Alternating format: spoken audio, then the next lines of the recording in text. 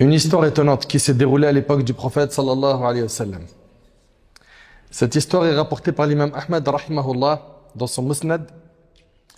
Al-Harith ibn Dinar al-Khuza'i radiyallahu anhu raconte. Je vous demande d'être très attentif s'il vous plaît. Il raconte: je suis venu voir le messager d'Allah sallallahu alayhi wa sallam qui m'a invité à embrasser l'islam. Je l'ai accepté et j'en ai témoigné. Ensuite, il m'a appelé à m'acquitter de la zakat, ce que j'ai également accepté. Puis, je lui ai dit: ô messager d'Allah, écoutez attentivement s'il vous plaît, c'est hyper important ce qui arrive. Puis j'ai dit: ô messager d'Allah, laisse-moi retourner auprès de mon peuple pour les inviter à l'islam et au paiement de la zakat. Il vient de se convertir à l'islam et il ressent la responsabilité. La responsabilité de faire da'wah, d'être utile, dans l'immédiat. Ceux qui répondront à mon appel, je recueillerai leur zakat. Envoie-moi quelqu'un à une date convenue pour la récupérer. Lorsque j'ai rassemblé la zakat, dit Al-Harith, le moment convenu est arrivé, mais le prophète sallam ne s'est pas présenté. J'ai alors pensé que cela signifiait que le prophète sallam était en colère contre moi. Al-Harith, c'est ce qu'il a pensé. J'ai convoqué mon peuple et je leur ai dit: le messager d'Allah m'avait promis d'envoyer quelqu'un à une date précise pour récupérer la zakat, mais personne n'est venu. Or, le messager d'Allah ne manque jamais à ses promesses. Et regardez la suite, il a dit: je crains que ce retard soit dû à une colère d'Allah. Partons immédiatement rencontrer le messager d'Allah. Pourquoi? Pour lui remettre cette zakat. Entre-temps, le prophète il avait envoyé quelqu'un pour récupérer la zakat. Cette personne-là était Al-Walid ibn Uqba. En chemin, Al-Walid ibn Uqba, qu'est-ce qui s'est passé? Il les a vus arriver. Al-Walid ibn Uqba qui part pour récupérer la zakat, il voit Al-Harith et son peuple arriver. Il a eu peur. Il s'est dit: ils veulent me tuer. Alors que ce n'était pas le cas.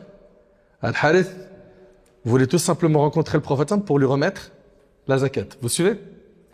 Donc ici, qu'est-ce qu'on a? On a Al-Walid qui a été pris de peur, imaginant que les gens voulaient l'assassiner. Il a été influencé par les insufflations du diable.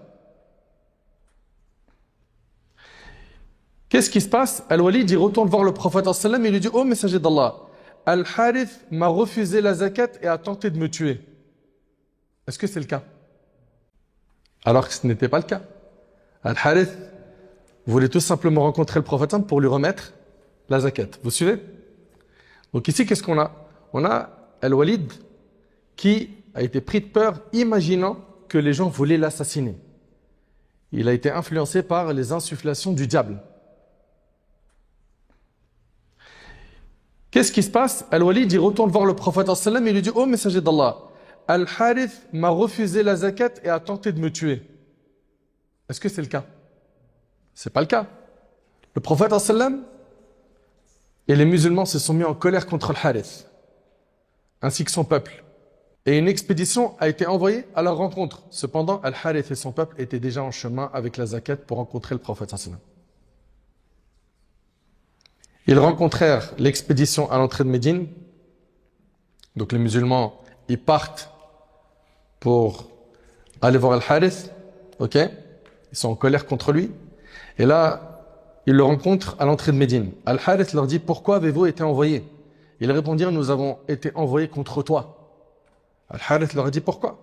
Ils dirent: le messager d'Allah avait envoyé Al-Walid ibn Uqba, mais il a affirmé que tu lui as refusé la zakat et que tu avais tenté de le tuer.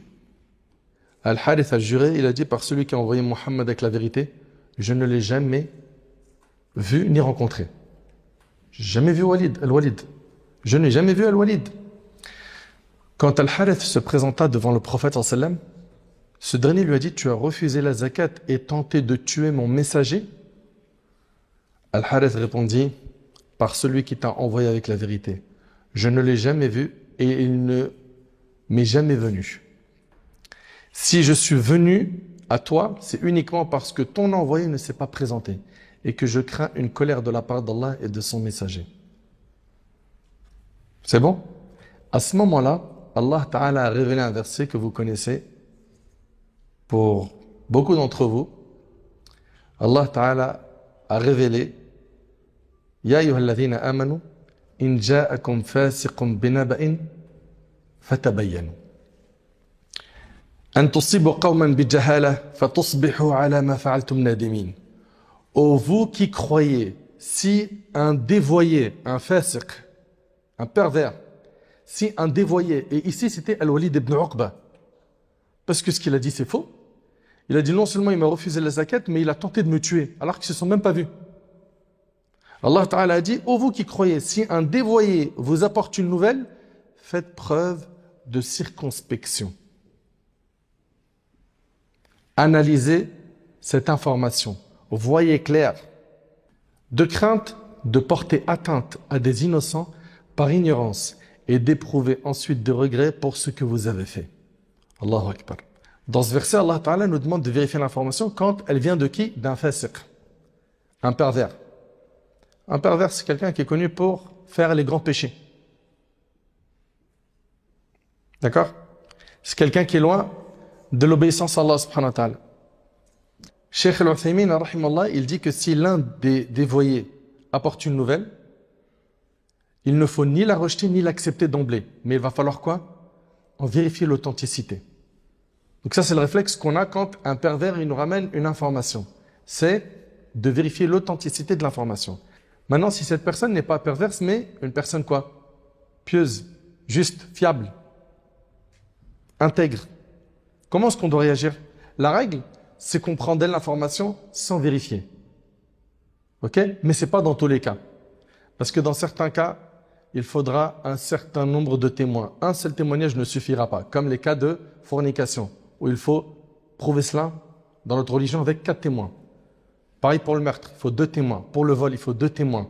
Donc un seul témoin ne suffira pas. Vous suivez? Et subhanallah, aujourd'hui quand on a une information, notre réflexe c'est de se précipiter, se hâter, de faire des conclusions,